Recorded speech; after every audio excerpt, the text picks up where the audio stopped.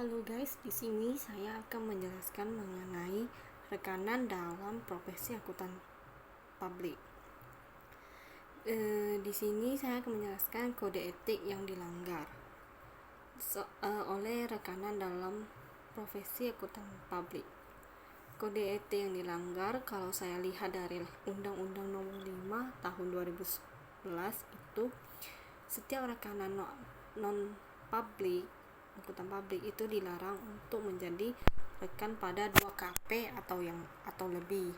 Yang kedua itu dia tuh merangkap sebagai pejabat negara, pemimpin atau pegawai negeri dari lembaga pemerintah, lembaga negara atau lembaga lainnya yang dibentuk dengan peraturan undang-undang. Terus yang ketiga itu jabatan lain yang mengakibatkan benturan kepentingan. Terus yang ketiga itu menandatangani dan menerbitkan laporan hasil pemberian jasa melalui KAP. Sedangkan jika dilihat dari sini, jika mereka melanggar, itu yang sanksi pertama itu menteri membatalkan surat terdaftar rekan non akuntan publik dalam hal rekan non akuntan publik.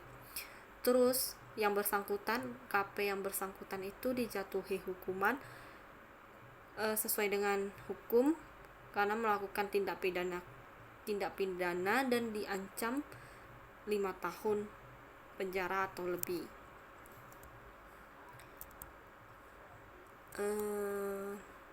Lalu di sini saya akan menjelaskan mengenai 10 jasa KP non insurance. Yang pertama itu ada jasa pembukuan dan akuntansi. Di sini jasa pembukuan dan akuntansi itu mencakup persyaratan yang melanggar kantor dan jaringan kantornya untuk memberikan jasa akuntansi dan pembukuan tertentu kepada klien audit pada beberapa keadaan karena ancaman yang muncul tidak dapat diatasi dengan menerapkan pengamanan. Terus di sini manajemen itu bertanggung jawab atas penyusunan dan penyajian wajar atas laporan keuangan sesuai dengan kerangka pelaporan keuangan yang berlaku. Yang kedua itu ada jasa administrasi. Di sini jasa administrasi itu melibatkan bantuan kepada klien terhadap tugas yang bersifat rutin dan mekanis dalam operasi normal. Jasa semacam itu mensyaratkan sedikit atau tidak ada pertimbangan profesional yang bersifat kritikal. Contoh dari jasa administrasi ini, yang pertama itu ada pemrosesan data jasa. Terus yang kedua itu penyiapan formulir administrasi ataupun dokumen resmi dengan persetujuan klien. Yang ketiga itu ada penyampaian formulir berdasarkan instruksi klien.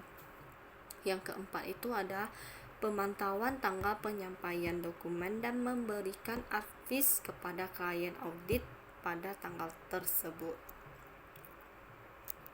Terus yang ketiga itu ada jasa penilaian.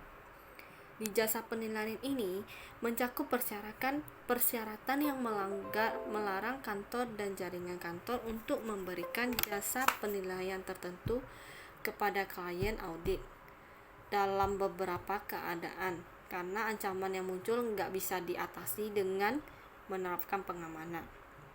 Suatu penilaian di jasa ini terdiri atas pembuatan asumsi yang berkaitan dengan pengembangan masa depan, penerapan metodologi dan teknik yang tepat, dan juga kombinasi keduanya untuk menghitung nilai tertentu atau rentang nilai aset liabilitas atau bisnis yang sedang dijalankan keseluruhannya.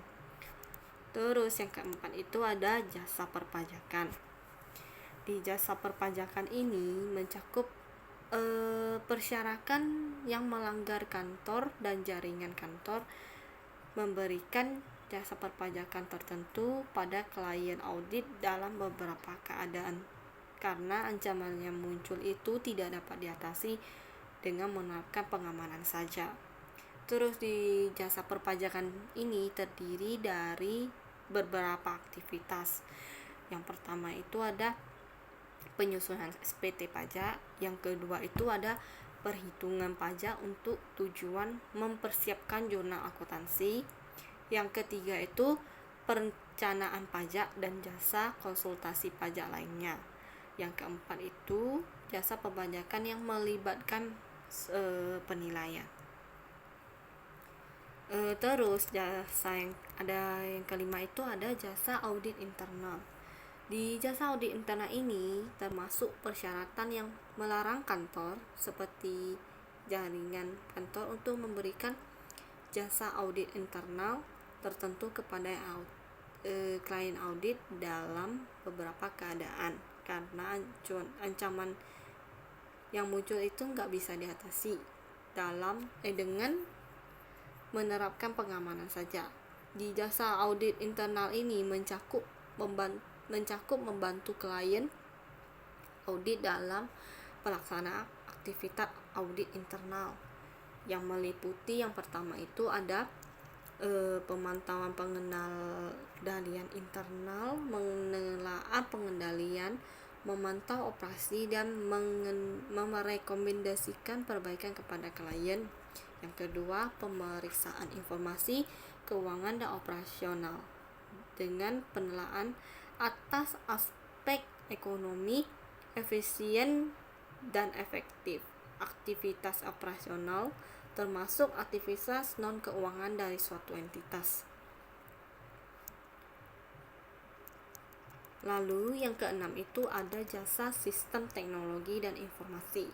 Di sini mencakup persyaratan yang melarang jaringan kantor menyediakan jasa sistem TI tertentu kepada klien audit dalam beberapa keadaan, karena ancaman itu gak bisa diatasi dengan menerapkan pengamanan saja.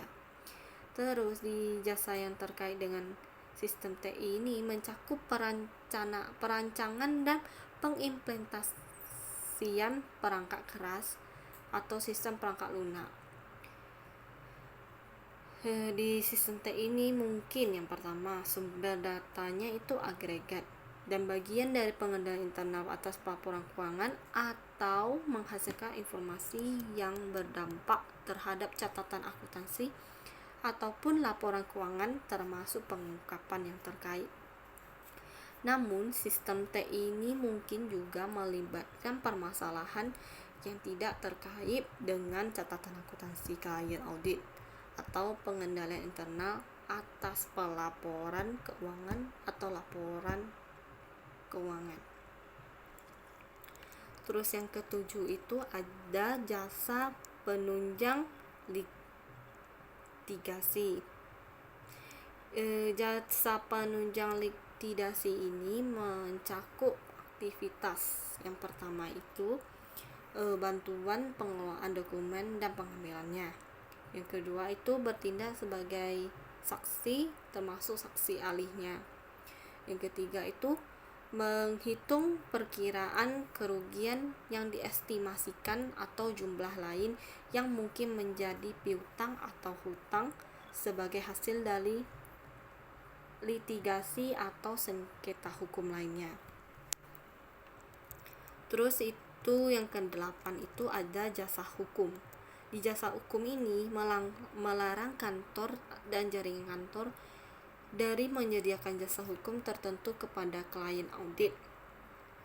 Di jasa hukum ini didefinisikan sebagai jasa apapun yang disediakan oleh individu itu menyediakan jasa-jasa seperti memiliki pelatihan hukum yang disyaratkan untuk berpraktikkan hukum, lalu diakui untuk berpraktik hukum di hadapan pengadilan dalam yurisdiksi ketika jasa tersebut diberikan.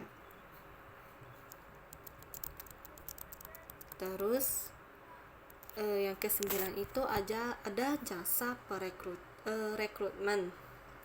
Di jasa rekrutmen ini persyaratan yang melarang kantor dan jaringan kantor dari menyediakan jenis jasa perekrut tertentu pada klien audit. Di jasa perekrut ini, aktivitasnya itu mencakup yang pertama itu mengembangkan deskripsi pekerjaan. Yang kedua itu mengembangkan proses pengidentifikasian dan memilih kandidat yang potensial. Yang ketiga itu mencari kandidat yang diperlukan untuk mencari tahu kandidat yang tepat tuh gimana. Terus yang ke-10 itu jasa keuangan korporat. Di jasa keuangan korporat ini termasuk persyaratan yang melarang kantor dan jaringannya untuk menyediakan jasa keuangan korporat tertentu dalam beberapa keadaan kepada klien audit. Di contoh jasa keuangan korporat yang dapat memunculkan ancaman ini telah pribadi atau advokasi, yang meliputi yang pertama itu membantu klien audit dalam mengembangkan strategi korporat. Yang kedua itu ada mengidentifikasi sasaran potensial yang akan dicapai klien audit. Yang ketiga itu ada membantu transaksi pemerolehan dana. Dan di sini kan ada note tuh, jasa di atas tidak terdapat ke dalam SPAP.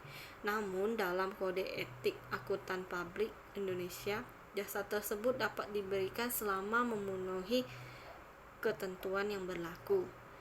Dan maksud dari not ini adalah jasa non-asuran yang kita bahas di atas ini harus memenuhi 8 prinsip dalam etika yang harus dipatuhi.